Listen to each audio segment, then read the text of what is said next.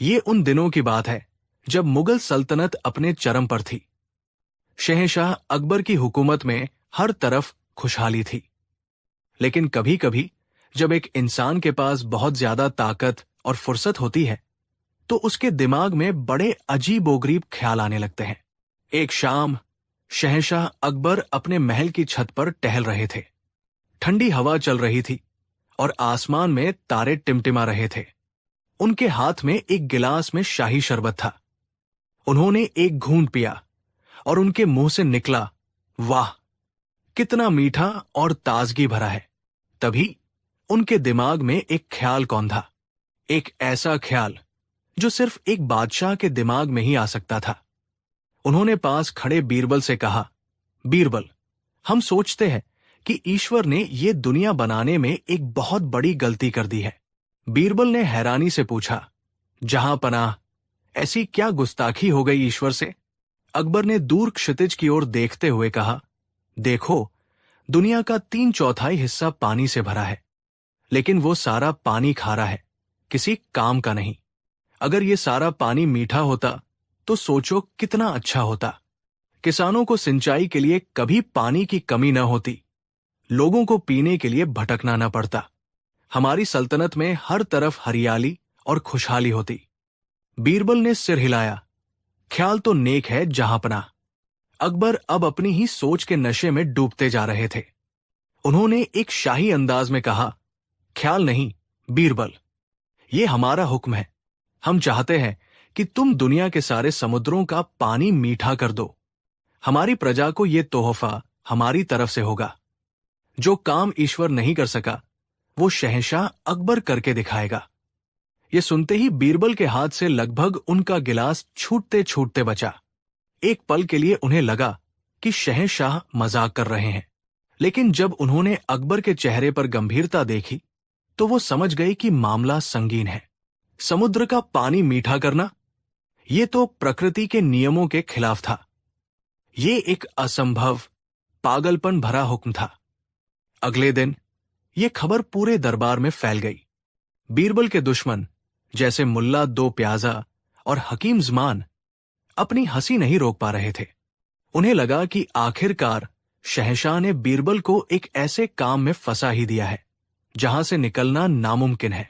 अब आएगा ऊंट पहाड़ के नीचे। मुल्ला दो प्याजा ने अपनी दाढ़ी पर हाथ फेरते हुए कहा, देखते हैं बीरबल का दिमाग अब कौन सा जादू चलाता है।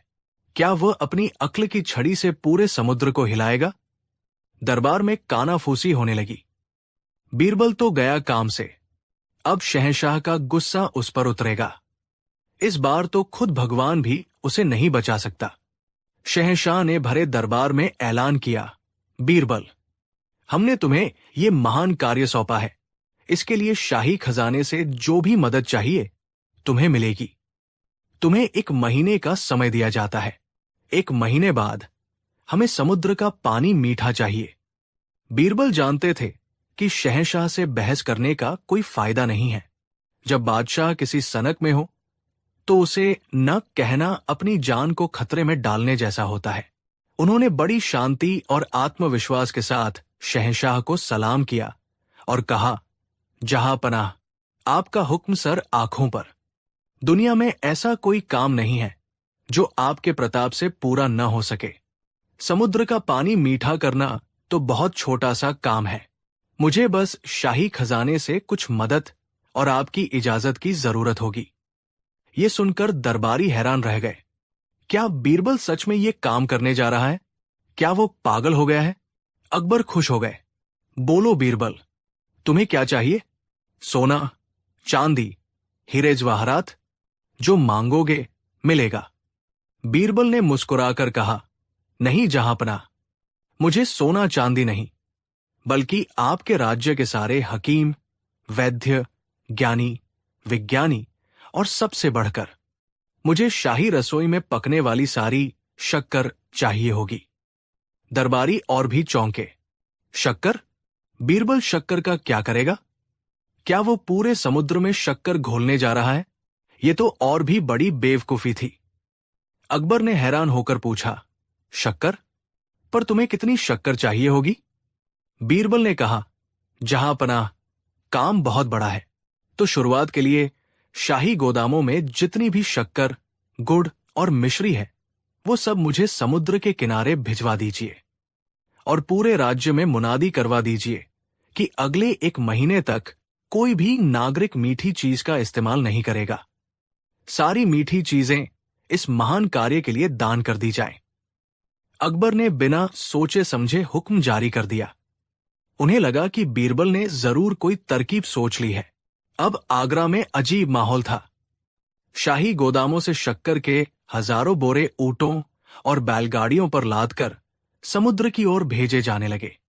लोग अपने घरों से गुड़ और मिश्री लाकर शाही सिपाहियों को दे रहे थे।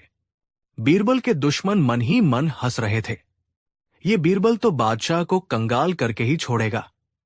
1 महीने बाद जब काम नहीं होगा, तब आएगा मजा। बीरबल एक बड़ी सेना और हजारों मजदूरों के साथ गुजरात के समुद्र तट पर पहुंचे। उन्होंने वहां एक बड़ा सा शिविर लगवा लिया। शक्कर के बोरे पहाड़ों की तरह जमा हो गए थे, लेकिन बीरबल ने उस शक्कर को छुआ तक नहीं। पहले कुछ दिन बीरबल बस समुद्र के किनारे टहलते, लहरों को देखते और गहरे सोच में डूबे रहते। वो अपने साथ आए ज्ञानियों और विज्ञानियों से अजीब अजीब सवाल पूछते। लहरें क्यों उठती हैं? ज्वार भाटा क्या होता है? नदियों का पानी मीठा और समुद्र का खारा क्यों होता है?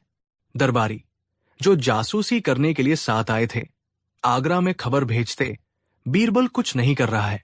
वो बस पागलों की तरह समुद्र से बातें करता है। 1 हफ्ता बीत गया। बीरबल ने अब एक नया काम शुरू किया। उन्होंने हजारों मजदूरों को एक अजीब सा आदेश दिया। उन्होंने कहा, समुद्र और जमीन के बीच में एक बहुत बड़ी, कई मील लंबी और ऊंची दीवार बनाओ। मजदूर काम पर लग गए। दिन रात एक विशाल दीवार बनने लगी।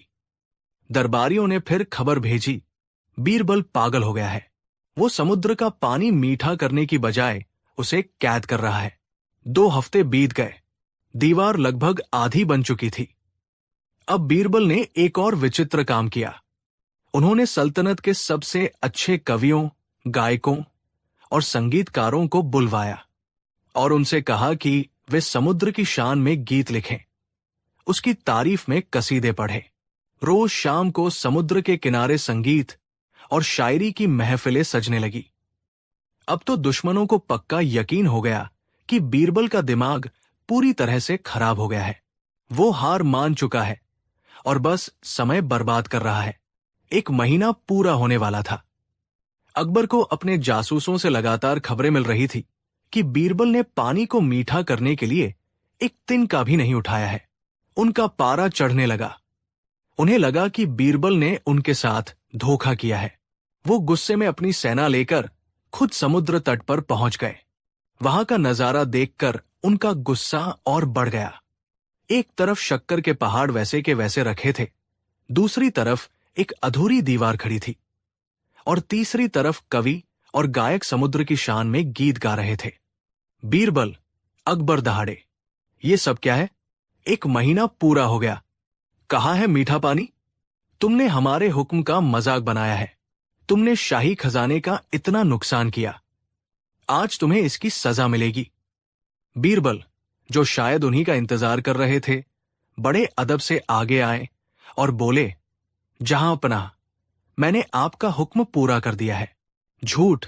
अकबर चिल्लाए। पानी तो अब भी वैसा ही खारा है।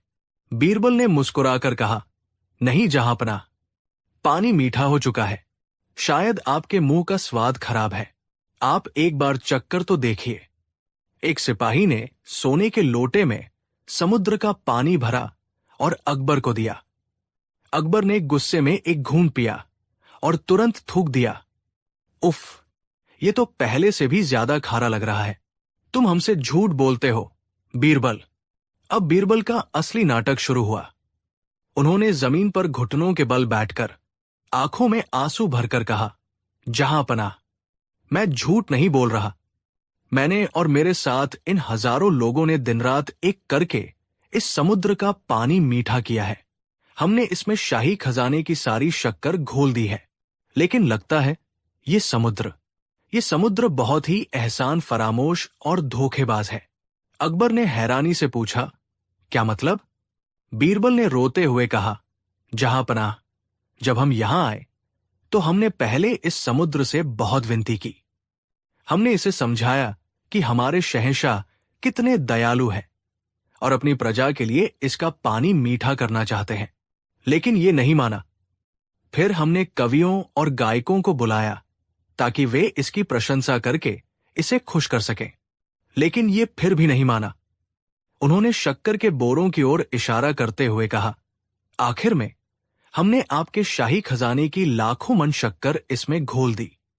इसने चुपचाप हमारी सारी शक्कर पी ली, लेकिन जब आज आप आए तो ये नमक हराम अपनी बात से मुकर गया और फिर से खारा हो गया। इसने आपके साथ धोखा किया है, जहांपनाह। ये दुनिया का सबसे बड़ा धोखेबाज है। फिर बीरबल उस अधूरी दीवार की ओर इशारा करके बोले, मुझे इस पर पहले से ही शक था, इसीलिए मैं ये दीवार बनवा रहा था। मेरा इरादा था कि एक बार इसका पानी मीठा हो जाए तो मैं इसे इस दीवार में कैद कर लूंगा, ताकि ये वापस नदियों का मीठा पानी पीकर खारा न हो सके। लेकिन इसने हमें धोखा दे दिया। एक पल के लिए दरबार में सन्नाटा छा गया और फिर शहंशाह अकबर को पूरी बात समझ में आ गई। बीरबल का मकसद समुद्र का पानी मीठा करना था ही नहीं। उनका मकसद तो शहंशाह को उनकी जिद और सनक का आईना दिखाना था। अकबर को अपनी गलती का एहसास हुआ। वो समझ गए कि बीरबल ने कितनी चतुराई से बिना न कहे उन्हें यह समझा दिया कि उनका हुक्म कितना अव्यावहारिक और मूर्खतापूर्ण था। अगर बीरबल सीधे सीधे मना कर देते तो शायद अकबर गुस्से में कोई गलत कदम उठा लेते, लेकिन बीरबल ने एक नाटक रचा और उस नाटक के जरिए एक बहुत गहरा सबक सिखाया। शहंशाह अकबर अपनी हंसी नहीं रोक पाए। वो जोर जोर से हंसने लगे। उनके साथ पूरा दरबार हंसने लगा। उन्होंने बीरबल को उठाया और गले से लगा लिया। मान गए बीरबल, मान गए। तुम्हारी बुद्धि का कोई मुकाबला नहीं। तुमने न सिर्फ हमारी लाज रखी, बल्कि हमें एक बहुत बड़ा सबक भी सिखाया। एक शासक को प्रकृति के नियमों का सम्मान करना चाहिए, उन्हें बदलने की कोशिश नहीं करनी चाहिए। और दूसरा सबक ये कि किसी भी काम को करने से पहले उसकी व्यावहारिकता पर जरूर विचार कर लेना चाहिए, वरना शाही खजाना यूं ही बर्बाद होता है। अकबर ने ऐलान किया कि समुद्र को मीठा करने का ये अभियान यही रोका जाता है और जो शक्कर बची थी उसे गरीबों में बांट देने का हुक्म दिया। दोस्तों, ये कहानी हमें कई गहरी बातें सिखाती है। पहली, कि दुनिया में हर समस्या का समाधान सीधे टकराव से नहीं होता। बीरबल की तरह कभी कभी हमें रचनात्मक और अप्रत्यक्ष तरीकों से अपनी बात समझानी पड़ती है, खासकर जब सामने वाला आपसे ज्यादा शक्तिशाली हो।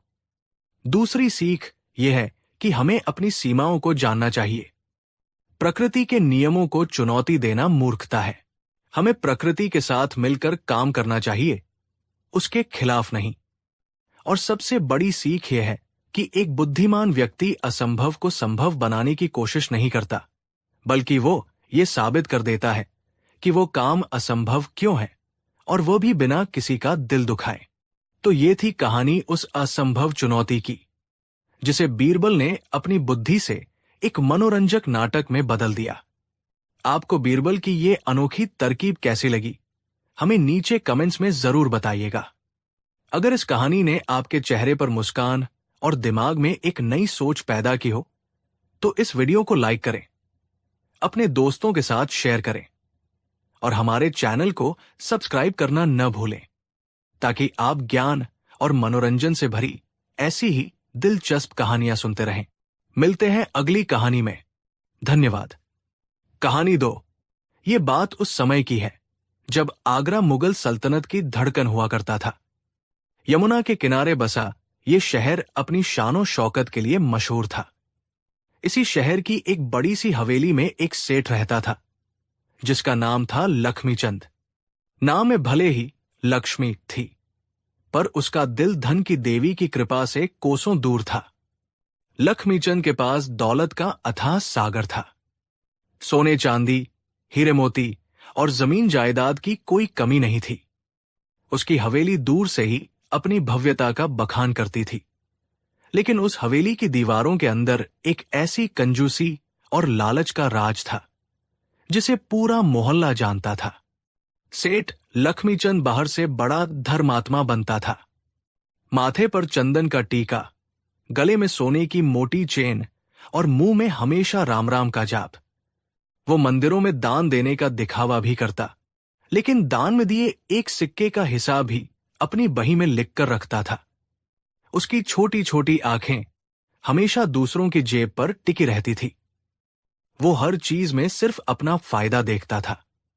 अगर कोई गरीब उससे मदद मांगने आता तो वो उसे धर्म और कर्म का ऐसा पाठ पढ़ाता कि बेचारा अपनी गरीबी को ही अपना नसीब मानकर चुपचाप लौट जाता। बीरबल, जो शहंशाह अकबर के सलाहकार होने के साथ साथ एक आम नागरिक की तरह आगरा में ही रहते थे, सेठ लक्ष्मीचंद के पड़ोसी थे। बीरबल ने कई बार अपनी आंखों से लक्ष्मीचंद के लालच के किस्से देखे थे।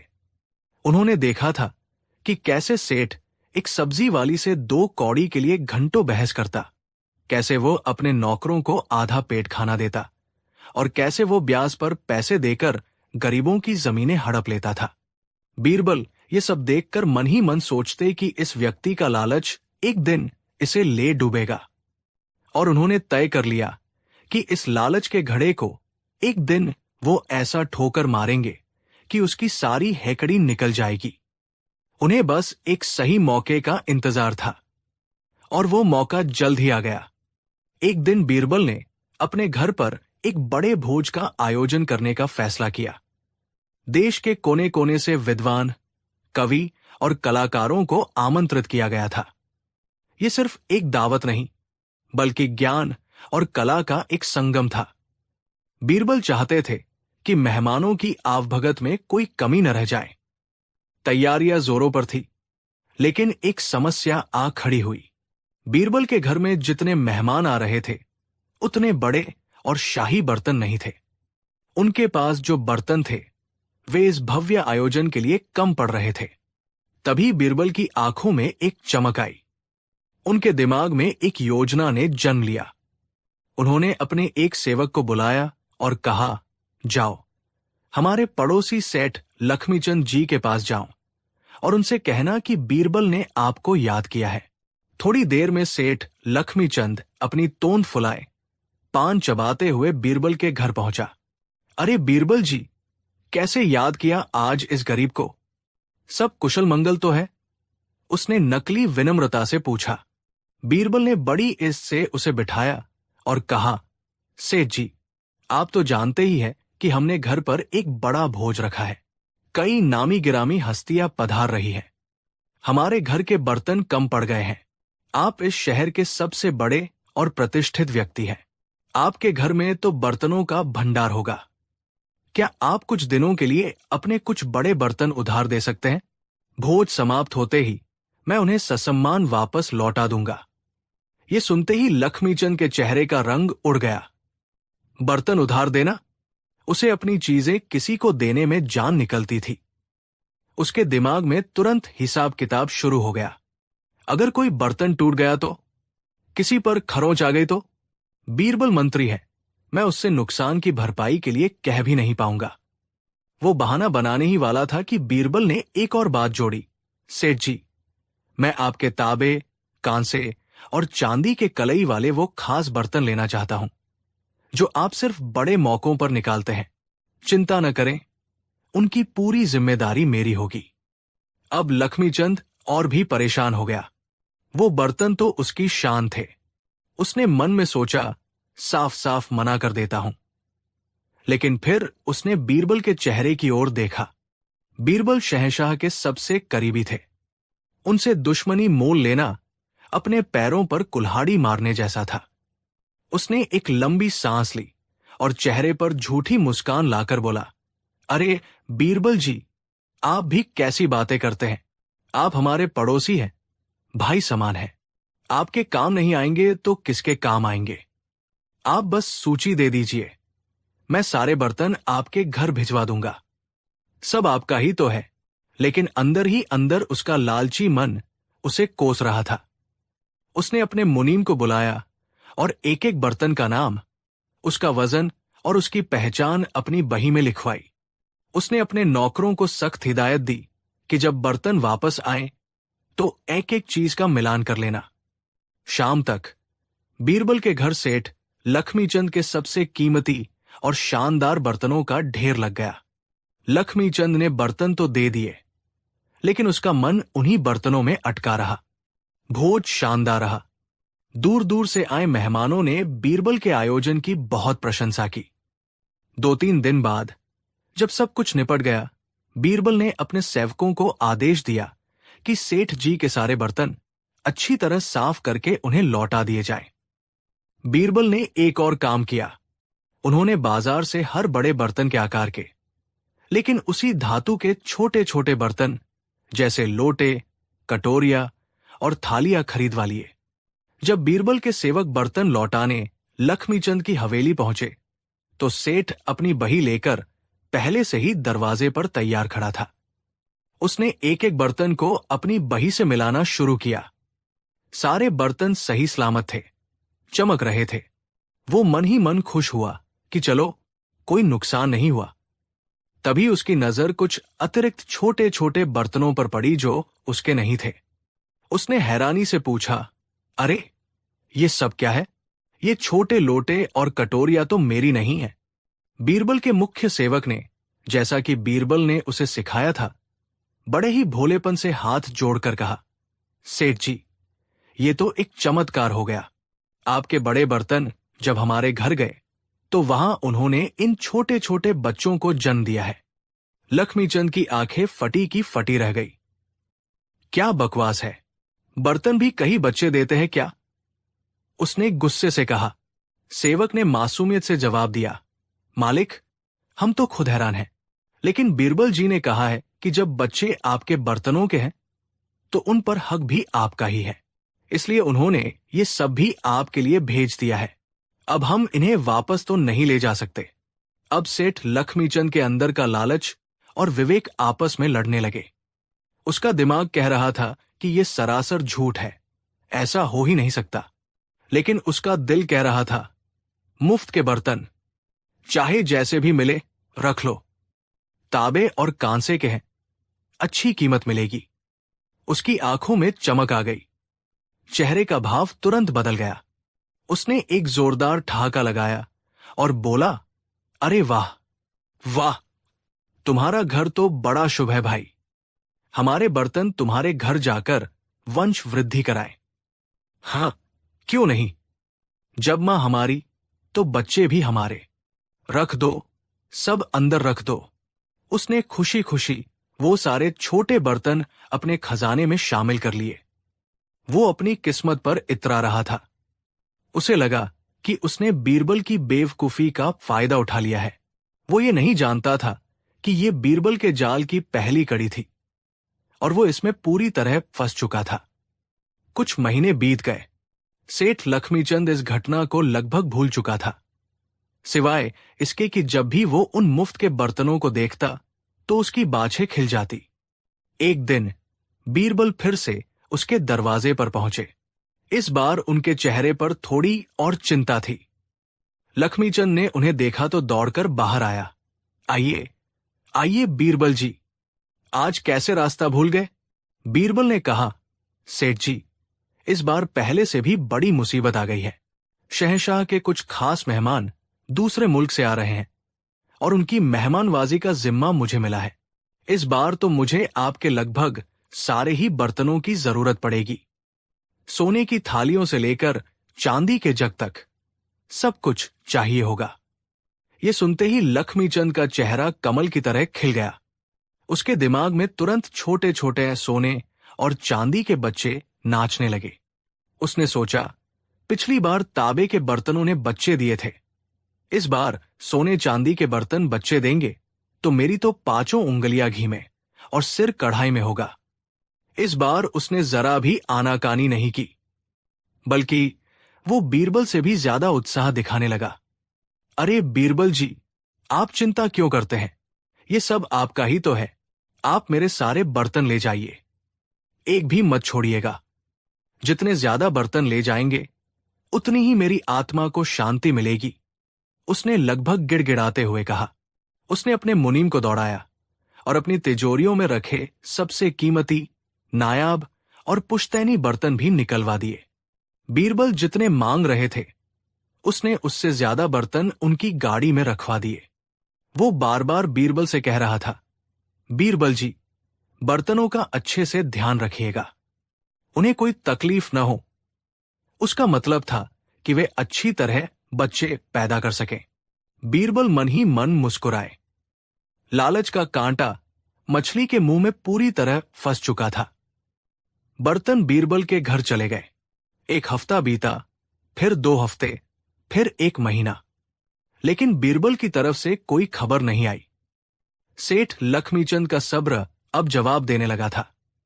वो रोज सुबह उठता और बीरबल के घर की तरफ देखता कि शायद आज उसके बर्तन बच्चों समेत वापस आ जाए। वो रात को सो नहीं पाता था। उसे सोने चांदी के छोटे छोटे बर्तन सपनों में दिखाई देते थे। जब 2 महीने गुजर गए तो उससे रहा नहीं गया। वो गुस्से में भरा हुआ बीरबल के घर की ओर चल पड़ा।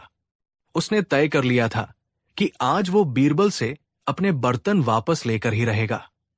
वो बीरबल के घर पहुंचा और चिल्लाने लगा, बीरबल, कहाँ हो तुम? मेरे बर्तन वापस करो। 2 महीने हो गए, क्या उन्हें अपने घर में ही बसाने का इरादा है? बीरबल बड़े ही दुखी और उदास चेहरे के साथ बाहर आए।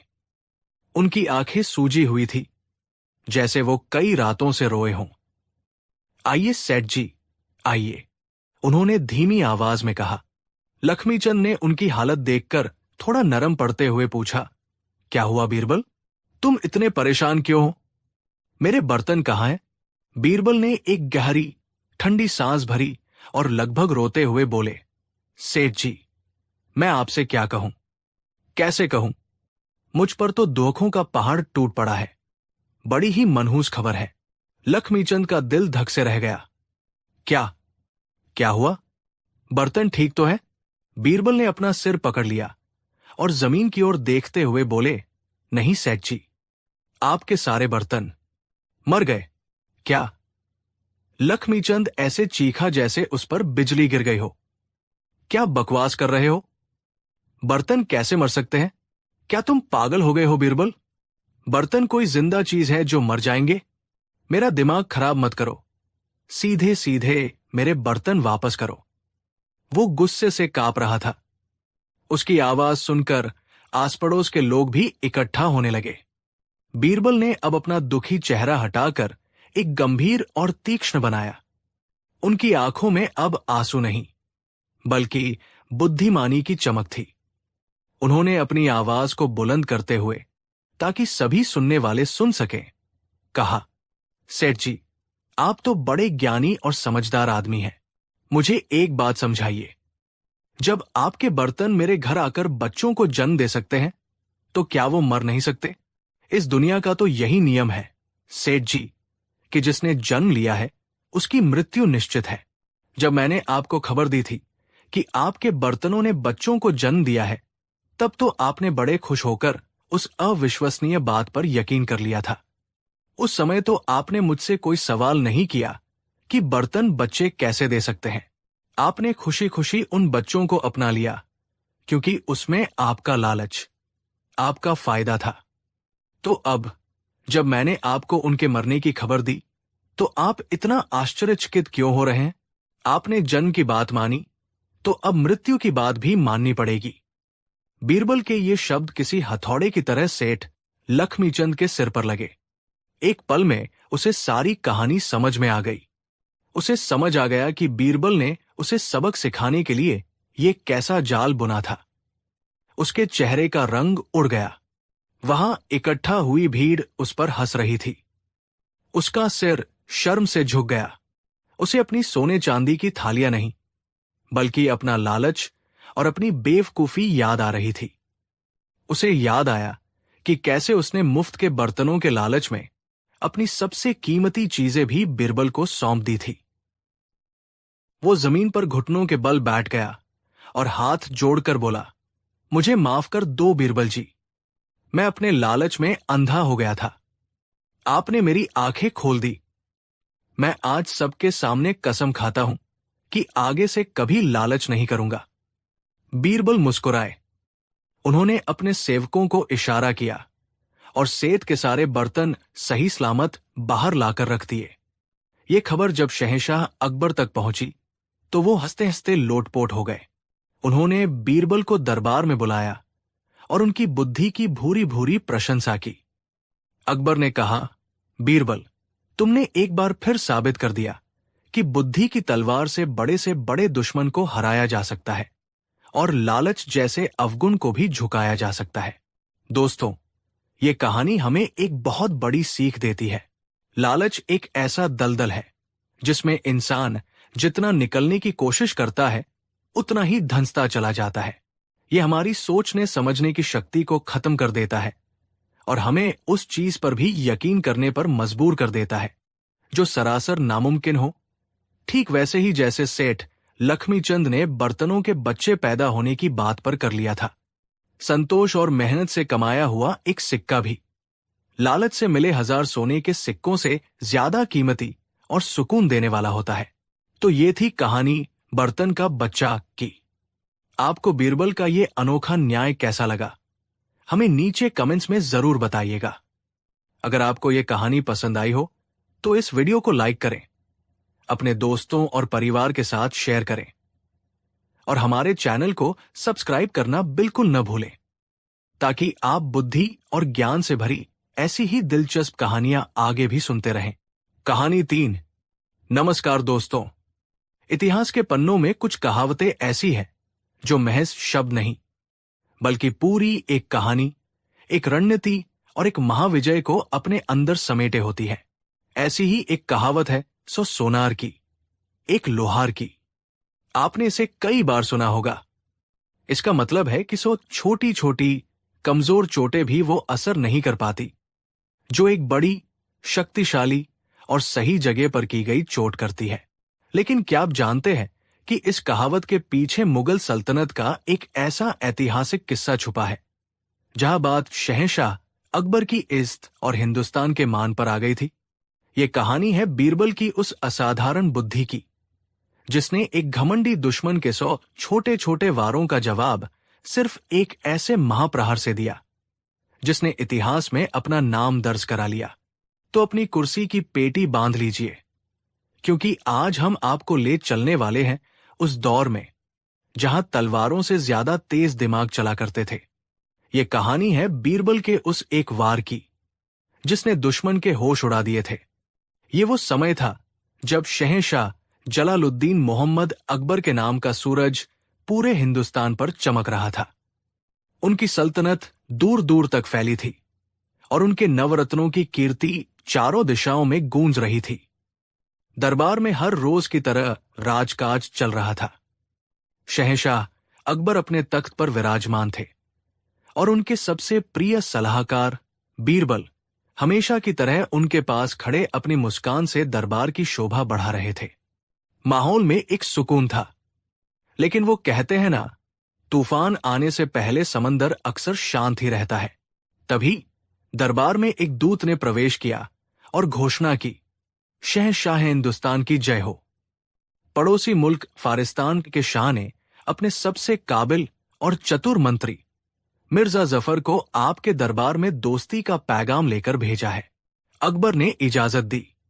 दरबार का विशाल दरवाजा खुला और एक ऊंचे कद का, तीखी नजरों वाला और चेहरे पर एक चालाक मुस्कान लिए मिर्जा जफर ने प्रवेश किया। उसने झुककर शहंशाह को सलाम किया, लेकिन उसकी आंखों में विनम्रता नहीं बल्कि एक अजीब सी अकड़ थी। बीरबल ने पहली ही नजर में उस शख्स के अंदर छिपे अहंकार को पढ़ लिया था। मिर्जा जफर ने मीठी लेकिन व्यंग्यात्मक आवाज में कहा, शहंशाह अकबर, आपके न्याय और आपकी महानता के किस्से हमने बहुत सुने हैं। मेरा सौभाग्य है कि आज मुझे आपके दर्शन हुए। आपके दरबार की शान देखकर दिल बाग बाग हो गया। अकबर ने गंभीरता से पूछा, मिर्जा जफर, आपका स्वागत है। कहिए, कैसे आना हुआ? मिर्जा जफर बोला, शहंशाह, हमारे बादशाह आपकी दोस्ती को बहुत अहमियत देते हैं। वो बस ये जानना चाहते थे कि जिस सल्तनत की इतनी शोहरत है, वहां के लोग कितने बुद्धिमान और ज्ञानी हैं। ये दोस्ती का पैगाम नहीं, बल्कि एक खुली चुनौती थी। जफर का असली मकसद अकबर और उनके दरबारियों को नीचा दिखाना था। वो सैन्य शक्ति से तो मुगल सल्तनत का सामना नहीं कर सकता था, इसलिए उसने बुद्धि और अपमान का रास्ता चुना था। उसने तय किया था कि वो रोज छोटी छोटी चोटें करेगा, ऐसे सवाल पूछेगा, ऐसी पहेलियां बुझाएगा कि अकबर का दरबार पूरी दुनिया में मजाक का पात्र बन जाए। ये थी उसकी सोनार की चोटें, हल्की लेकिन लगातार और परेशान करने वाली। और फिर मिर्जा जफर ने अपना खेल शुरू कर दिया। हर दिन वो दरबार में एक नई चुनौती लेकर आता। पहले दिन उसने पूछा, जहांपनाह, कल रात मैं यमुना किनारे टहल रहा था। मेरे मन में एक सवाल आया, क्या आपके दरबार में कोई ऐसा बुद्धिमान है जो यमुना नदी में उठने वाली लहरों की सही सी गिनती बता सके? पूरा दरबार सन्न रह गया। ये कैसा बेहुदा सवाल था। लहरों को भला कौन गिन सकता है? सारे मंत्री एक दूसरे का मुंह ताकने लगे। शहंशाह अकबर का चेहरा गुस्से से लाल हो गया। ये सवाल ज्ञान का नहीं, अपमान का था। तभी बीरबल अपने चेहरे पर वही शांत मुस्कान लिए आगे आए और बोले, मिर्जा साहब, सवाल बहुत दिलचस्प है। लहरों की गिनती तो मैं एक पल में बता दूंगा, लेकिन मेरी एक छोटी सी शर्त है। मिर्जा जफर ने अहंकार से पूछा, कहो, क्या शर्त है? बीरबल ने जवाब दिया, आप पहले किसी को भेजकर यमुना के पानी का बहना रुकवा दीजिए। जब लहरें उठना बंद हो जाएंगी तो मैं आपको एक एक लहर गिनकर बता दूंगा। दरबार में हंसी का फव्वारा छूट गया। मिर्जा जफर का चेहरा उतर गया।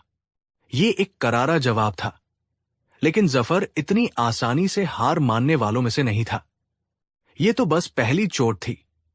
अगले दिन जफर एक छोटी सी संदूकची लेकर आया और बोला, शहंशाह, हमारे मुल्क में एक ऐसा कारीगर है जो मोतियों में जान डाल देता है। ये देखिए, क्या आपके दरबार में कोई बता सकता है कि इस मोती का सिरा कहाँ है और अंत कहाँ? फिर से वही स्थिति, एक ऐसा सवाल जिसका कोई जवाब नहीं था। अकबर ने बीरबल की ओर देखा। बीरबल ने मोती को हाथ में लेकर कहा, मिर्जा साहब, आपका कारीगर सच में महान है। इस मोती का कोई आदि या अंत नहीं है।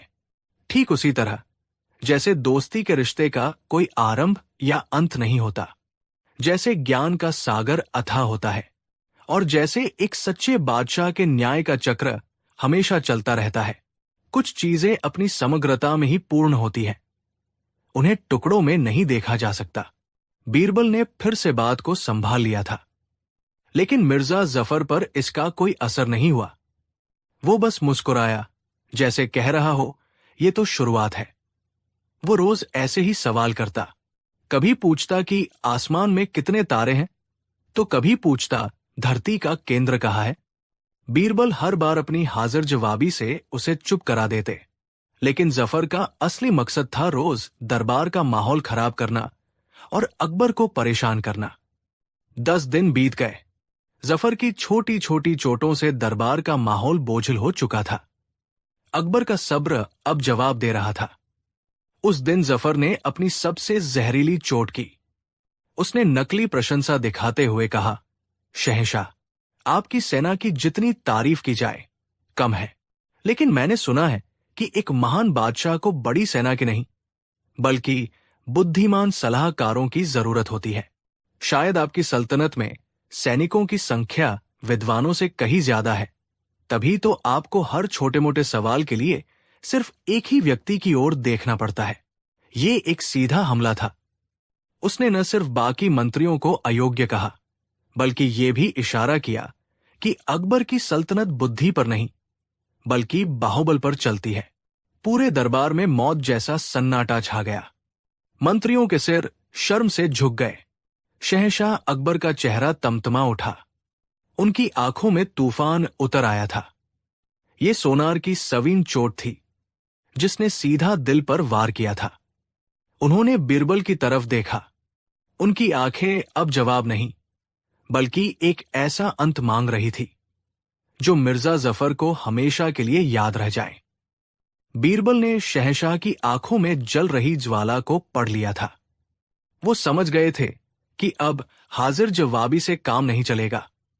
अब वक्त आ गया था लोहार के घन का, एक ऐसा वार जो इस पूरे खेल को एक ही झटके में खत्म कर दे। बीरबल शांत भाव से आगे बढ़े और बोले, मिर्जा जफर साहब, आपका सवाल बहुत गहरा है। बुद्धि और बल का सवाल शब्दों से हल नहीं हो सकता। इसके लिए एक प्रदर्शन की आवश्यकता है। जहां पनाह, अगर आपकी इजाजत हो तो मैं मिर्जा साहब को उनके सवाल का जवाब 7 दिन बाद इसी दरबार में देना चाहूंगा। अकबर ने आश्चर्य से पूछा, 7 दिन बीरबल? बीरबल ने उत्तर दिया, जी जहां पनाह। एक बड़े प्रहार के लिए लोहे को अच्छी तरह तपाना पड़ता है। मुझे 7 दिन की मोहलत चाहिए। मिर्जा जफर ठहाका लगाकर हंस पड़ा। उसे लगा कि बीरबल ने हार मान ली है और जवाब सोचने के लिए समय मांग रहा है। वो बोला, जरूर जरूर, हम 7 दिन इंतजार करेंगे। देखते हैं आपकी भट्टी में कौन सा लोहा तपता है। दरबार खत्म हो गया। जफर अपनी जीत के घमंड में चूर था, लेकिन वो नहीं जानता था कि बीरबल ने अपने दिमाग में एक ऐसी भट्टी सुलगा दी थी जिसकी आग में उसका सारा अहंकार जलकर राख होने वाला था। अगले 6 दिनों तक बीरबल ने कुछ अजीबोगरीब काम किए। उन्होंने सल्तनत के सबसे माहिर कारीगरों को बुलाया और उन्हें गुप्त रूप से कुछ बनाने का आदेश दिया। पूरे आगरा में ये अफवाह फैला दी गई कि बीरबल एक ऐसा चमत्कार करने वाले हैं जो आज तक किसी ने नहीं देखा। शहर में, दरबार में, हर जगह बस एक ही चर्चा थी, 7वें दिन क्या होगा। बीरबल ने रहस्य और उत्सुकता का एक ऐसा जाल बुना जिसमें मिर्जा जफर खुद ब खुद फंसने वाला था। आज 7वां दिन था। अकबर का दरबार किसी उत्सव की तरह सजा था, लेकिन हवा में एक अजीब सी खामोशी और तनाव था। मिर्जा जफर अपने आसन पर बैठा मुस्कुरा रहा था, जैसे वो आज बीरबल का मजाक उड़ने का इंतजार कर रहा हो। तभी बीरबल ने शहंशाह से इजाजत ली और दरबार के बीच में रखे एक बड़े से पर्दे को हटाने का इशारा किया। पर्दा हटा और सबके मुंह खुले के खुले रह गए। बीच में एक शानदार, भव्य और प्राचीन दिखने वाला सिंहासन रखा था। वो काले शीशम की लकड़ी का बना था, जिस पर सोने और चांदी की बारीक नक्काशी थी। देखने में वो बहुत रहस्यमयी और शक्तिशाली लग रहा था। बीरबल ने अपनी आवाज में गंभीरता लाकर कहा, मिर्जा जफर साहब और दरबार में मौजूद सभी मेहमानों, ये कोई आम सिंहासन नहीं है, ये सत्यवादी सिंहासन है। किंवदंतियों के अनुसार ये सिंहासन राजा हरिश्चंद्र का हुआ करता था। इसकी एक ही खासियत है, इस पर बैठकर कोई झूठ नहीं बोल सकता। अगर कोई झूठा व्यक्ति इस पर बैठने की हिम्मत करता है तो ये सिंहासन कांपने लगता है और उसके टुकड़े टुकड़े हो जाते हैं। पूरे दरबार में कानाफूसी शुरू हो गई। जफर की मुस्कान थोड़ी फीकी पड़ गई। बीरबल ने जफर की ओर मुड़कर कहा, मिर्जा साहब, आपने बुद्धि और ज्ञान की बात की थी। सत्य से बड़ा कोई ज्ञान नहीं। आप इतने दिनों से हमारे ज्ञान की परीक्षा ले रहे हैं। आज हम सब आपकी सच्चाई की परीक्षा लेना चाहते हैं। आप तो सत्य के पुजारी हैं, ज्ञान के भंडार हैं। आपके इस सिंहासन पर बैठने से इस सिंहासन का मान और बढ़ जाएगा। कृपया आएं और इस सिंहासन को सुशोभित करें।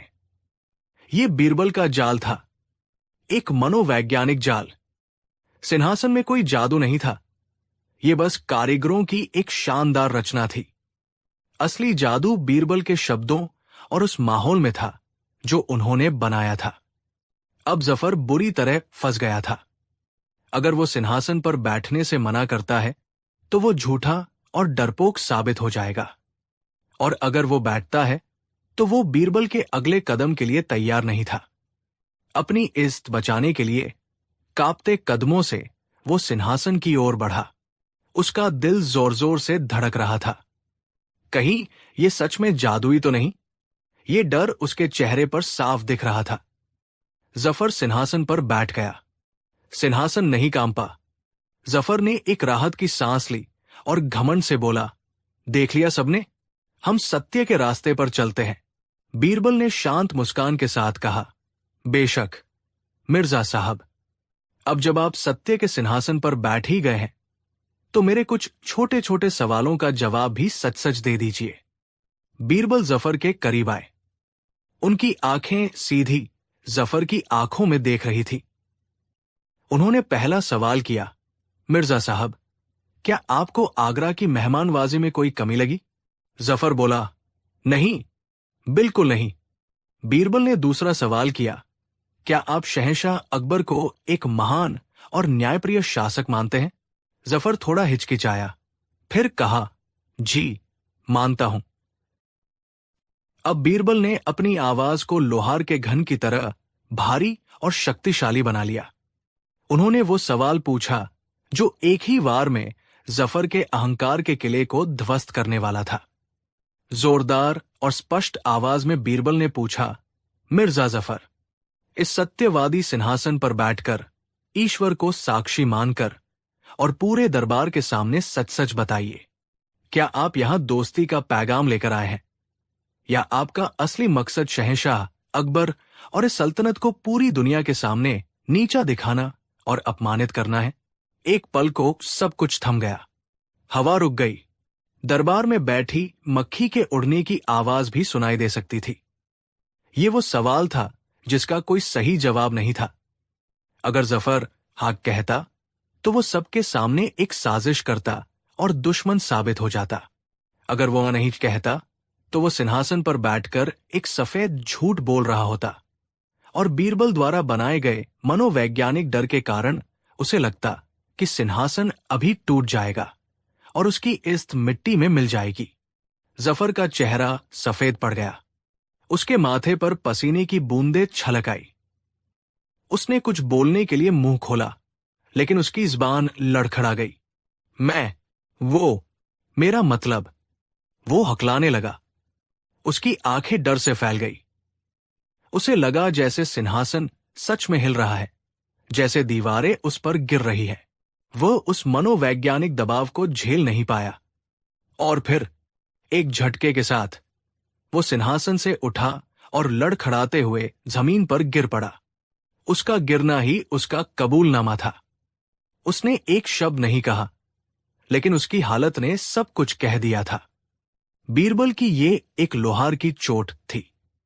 कोई बहस नहीं, कोई लंबा जवाब नहीं, सिर्फ एक सवाल और एक ऐसा माहौल जिसने दुश्मन को खुद अपनी सच्चाई उगलने पर मजबूर कर दिया। मिर्जा जफर की सो छोटी चुभने वाली चोटें बेकार हो गई। बीरबल के एक ही शक्तिशाली प्रहार ने खेल खत्म कर दिया था। ये देखकर शहंशाह अकबर अपने सिंहासन से उठे। उनका चेहरा गर्व से दमक रहा था। उन्होंने गर्जना करते हुए कहा, सिपाहियों, इस धोखेबाज को गिरफ्तार कर लो और हमारे सामने से ले जाओ।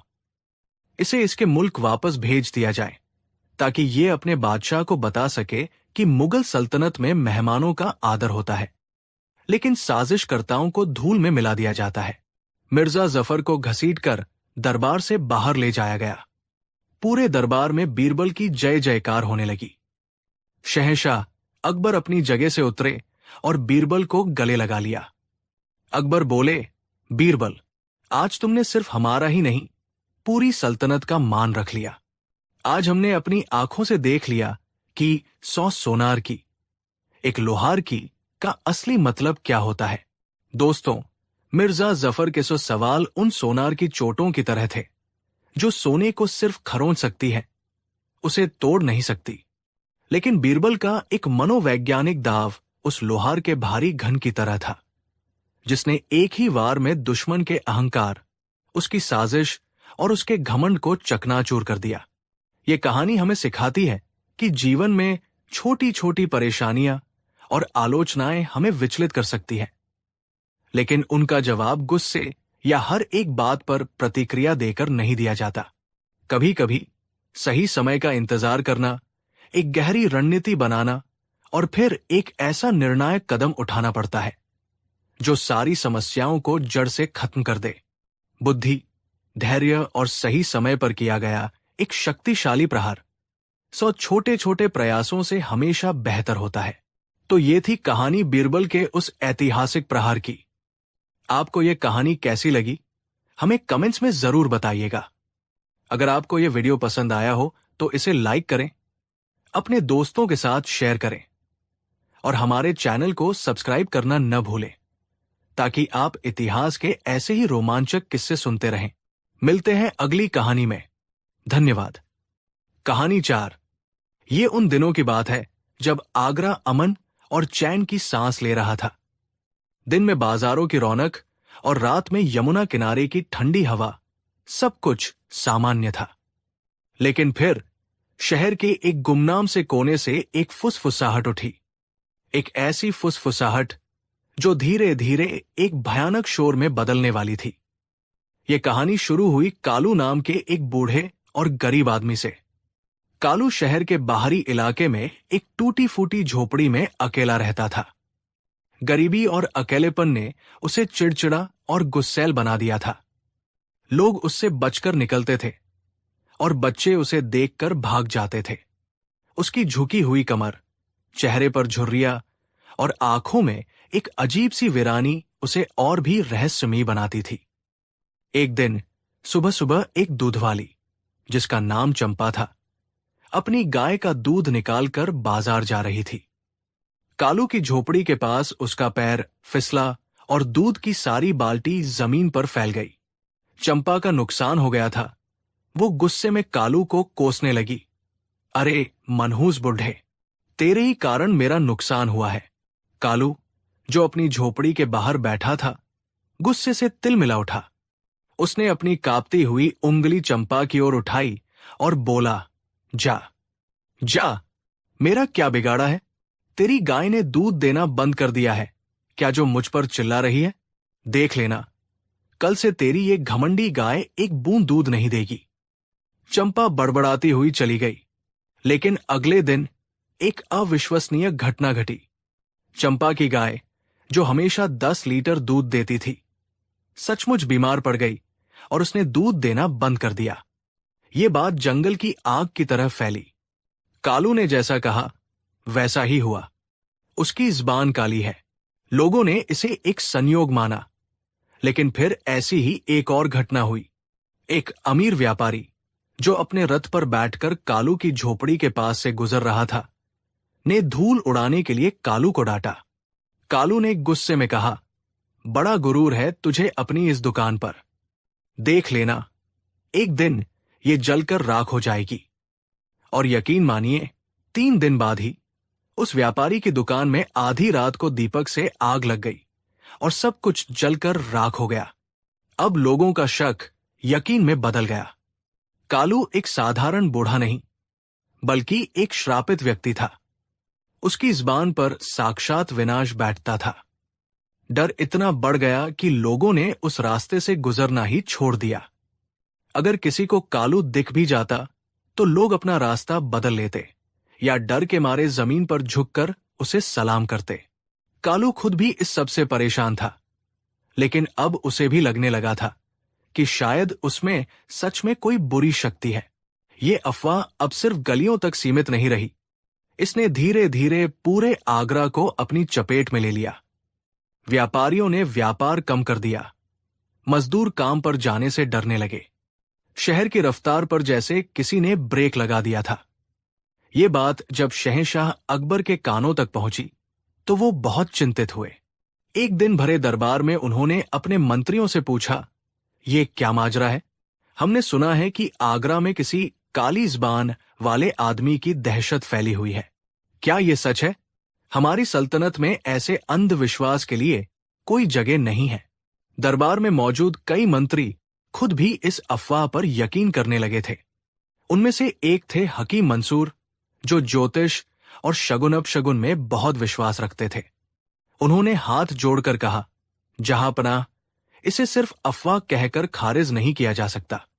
मैंने खुद उन लोगों से बात की है जिनका नुकसान हुआ है। ये कोई साधारण मामला नहीं लगता। उस आदमी की जुबान में जरूर कोई शैतानी ताकत है। हमें जल्द से जल्द उसे पकड़कर कैद कर लेना चाहिए, वरना वो पूरी सल्तनत पर कोई मुसीबत ला सकता है। कई और दरबारियों ने भी हकीम मंसूर की हाँ में हाँ मिलाई। वे सब बीरबल से जलते थे और चाहते थे कि ये मामला बीरबल को सौंपा जाए, क्योंकि उन्हें यकीन था कि बीरबल इस गुत्थी को सुलझा नहीं पाएंगे। एक श्राप को तर्क से कैसे काटा जा सकता है? अकबर का चेहरा चिंता से भर गया। वो एक प्रगतिशील बादशाह थे, लेकिन अपनी प्रजा के डर को नजरअंदाज भी नहीं कर सकते थे।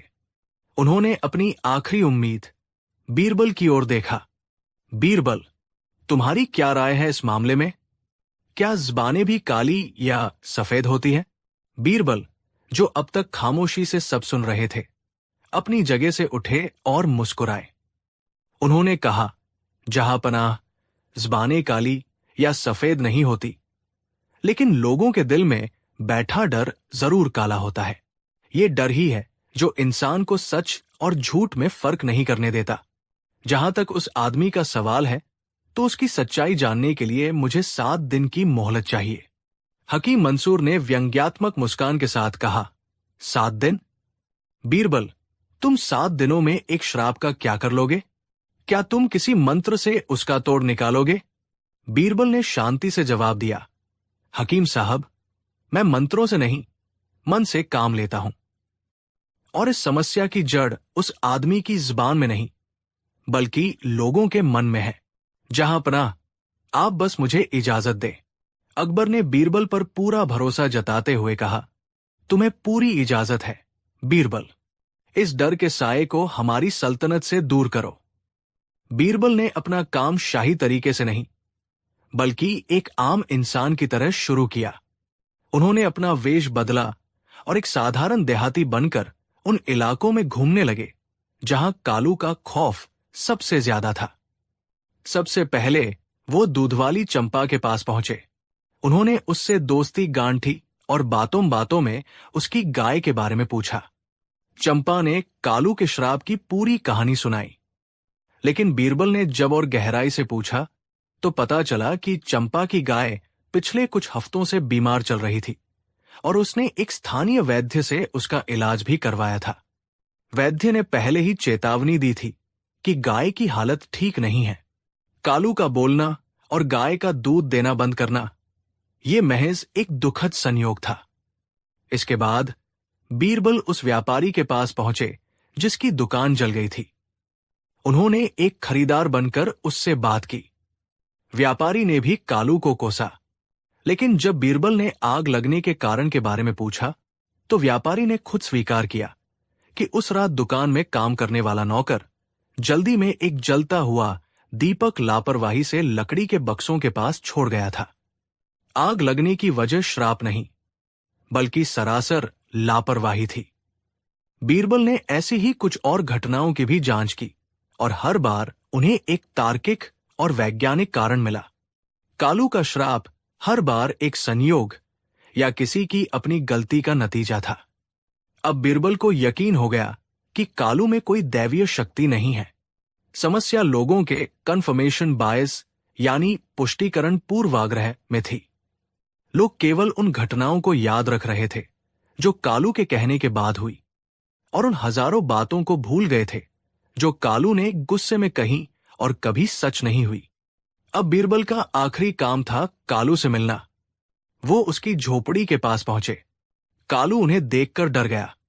उसे लगा कि वह भी उसे कोसने आया है, लेकिन बीरबल ने बड़े प्यार से उसे पीने के लिए पानी दिया और उसके पास बैठ गए। उन्होंने कालू से उसकी जिंदगी के बारे में पूछा। कालू रो पड़ा। उसने बताया कि कैसे लोग उससे नफरत करते हैं और कैसे वो अकेला है। उसने ये भी कहा कि उसे खुद नहीं पता कि उसकी बातें सच कैसे हो जाती है, और अब वो खुद से भी डरने लगा है। बीरबल को उस बूढ़े आदमी पर दया आ गई। उन्होंने समझ लिया कि कालू अपराधी नहीं, बल्कि इस पूरी कहानी का सबसे बड़ा पीड़ित है। अब बीरबल के पास सच था, सबूत थे और एक अचूक योजना थी। एक ऐसी योजना जो दरबार में सबके सामने दूध का दूध और पानी का पानी कर देगी। 7वें दिन दरबार खचाखच भरा हुआ था। सबकी नजरें बीरबल पर थी। हकीम मंसूर और उसके साथी मुस्कुरा रहे थे। उन्हें यकीन था कि आज बीरबल की हार निश्चित है। बीरबल ने शहंशाह से इजाजत लेकर सिपाहियों को कालू को दरबार में पेश करने का आदेश दिया। कालू डर से कांपता हुआ दरबार में दाखिल हुआ। उसने अपनी जिंदगी में इतना बड़ा दरबार नहीं देखा था। बीरबल ने अपनी आवाज को गंभीर बनाते हुए कहा, जहांपनाह और दरबार में मौजूद सभी महानुभाव, पिछले 7 दिनों की जांच के बाद मैं इस नतीजे पर पहुंचा हूं कि इस आदमी कालू की जुबान में वाकई एक अद्भुत और चमत्कारी शक्ति है। यह सुनते ही हकीम मंसूर की छाती गर्व से चौड़ी हो गई। उसे लगा कि बीरबल ने भी हार मान ली है। अकबर भी हैरान रह गए। बीरबल ने आगे कहा, इसकी जुबान से निकला हर शब्द सच होता है, लेकिन हम सब अब तक एक बहुत बड़ी गलती कर रहे थे। हम इसकी शक्ति का केवल नकारात्मक पहलू देख रहे थे। जरा सोचिए, अगर इसके श्राप में इतनी ताकत है तो इसके आशीर्वाद में कितनी ताकत होगी। अगर इसका बुरा बोलना सच होता है तो इसका अच्छा बोलना भी तो सच होना चाहिए। ये एक ऐसा मोड़ था जिसकी किसी ने कल्पना नहीं की थी। पूरा दरबार सकते में आ गया। बीरबल कालू के पास गए, उसके कंधे पर हाथ रखा और प्यार से कहा, कालू बाबा, अब तक दुनिया ने तुम्हें गलत समझा। आज तुम अपनी इस शक्ति का इस्तेमाल सल्तनत की भलाई के लिए करो। तुम आज हमारे शहंशाह को एक लंबी और स्वस्थ आयु का आशीर्वाद दो। कालू, जो अब तक डर रहा था, बीरबल के इस प्यार भरे व्यवहार से भावुक हो गया। उसने कांपते हुए हाथ जोड़े और शहंशाह अकबर की ओर देखकर सच्चे दिल से कहा, मैं दुआ करता हूं कि मेरे शहंशाह सलामत रहें। उनकी उम्र 100 साल की हो, उन पर कभी कोई आंच न आए। दरबार में तालियां गूंज उठीं। अकबर भी मुस्कुराए। लेकिन बीरबल का असली खेल तो अब शुरू होना था। वो सीधे हकीम मंसूर के पास गए और बोले, हकीम साहब, आप तो शक्तियों और शगनों के सबसे बड़े ज्ञाता है। आप ही ने सबसे ज्यादा जोर दिया था कि कालू की जुबान में शैतानी ताकत है। अब जब कालू ने शहंशाह को आशीर्वाद दे दिया है तो न्याय का तकाजा है कि हम आपकी जुबान की शक्ति को भी परखें। हकीम मंसूर घबरा गया। हमारी जुबान? मतलब? बीरबल ने अपनी आंखों में एक शरारती चमक के साथ कहा, मतलब ये कि अब आप शहंशाह को श्राप देंगे। क्या? हकीम मंसूर ऐसे चीखा जैसे उसे बिच्छू ने डंक मार दिया हो। बीरबल ने कहा, हां, आप श्राप दीजिए। आप शहंशाह से कहिए कि कल सुबह तक आपकी मृत्यु हो जाए। अगर आपकी बात में जरा भी सच्चाई होगी तो हम मान लेंगे कि जुबानों में शक्ति होती है, और अगर नहीं तो ये भी मान लेंगे कि ये सब ढकोसला है। अब हकीम मंसूर बुरी तरह फंस गया। वो कांपने लगा। शहंशाह को श्राप देना, ये तो सीधा सीधा राजद्रोह था। इसकी सजा मौत थी। वो जमीन पर गिर पड़ा और गिड़गिड़ाने लगा, नहीं नहीं, बीरबल जी, ये आप क्या कह रहे हैं? मैं अपने शहंशाह को श्राप कैसे दे सकता हूं? मैं तो उनके लिए अपनी जान दे सकता हूं। मेरे कहने से कुछ नहीं होता। शब्द तो बस शब्द होते हैं। बस यही वो पल था। बीरबल जोर से हंसे और पूरे दरबार की ओर मुड़कर बोले, सुन लिया सबने?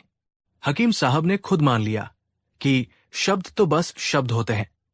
जब हकीम साहब जैसे ज्ञानी व्यक्ति के श्राप का कोई असर नहीं हो सकता, तो इस बेचारे गरीब अनपढ़ कालू के गुस्से में बोले गए शब्दों का असर कैसे हो सकता है? फिर बीरबल ने एक एक करके चंपा की गाय की बीमारी और व्यापारी की दुकान में लगी आग की असली वजह पूरे दरबार के सामने रख दी। उन्होंने समझाया कि कैसे लोगों ने संयोग को चमत्कार और श्राप मान लिया। उन्होंने कहा, अफवाहों के पैर नहीं होते, लेकिन डर के पंख होते हैं। ये डर ही था जो इस अफवाह को एक कोने से दूसरे कोने तक उड़ाकर ले गया। कालू की जुबान काली नहीं है, बल्कि उन लोगों की सोच काली है जो बिना सोचे समझे किसी भी बात पर यकीन कर लेते हैं। पूरा दरबार बीरबल की बुद्धि के आगे नतमस्तक था। शहंशाह, अकबर अपनी गद्दी से उठे और बीरबल को गले लगा लिया।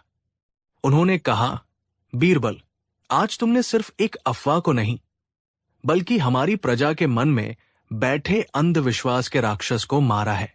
तुमने हमें सिखाया है कि तर्क की रोशनी के आगे डर का अंधेरा कभी नहीं टिक सकता। शहंशाह ने हकीम मंसूर को उसकी मूर्खता के लिए कड़ी फटकार लगाई। और कालू, शहंशाह ने उसे अपमानित नहीं बल्कि सम्मानित किया। उन्होंने कालू को रहने के लिए एक अच्छा घर और जीवनयापन के लिए शाही खजाने से वृत्ति देने का ऐलान किया, ताकि उसे फिर कभी किसी के सामने हाथ न फैलाना पड़े। दोस्तों, ये कहानी हमें एक बहुत गहरा सबक सिखाती है।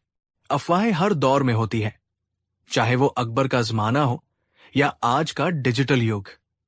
ये हमारे डर, हमारे पूर्वाग्रहों और हमारी अधूरी जानकारी पर पलती है।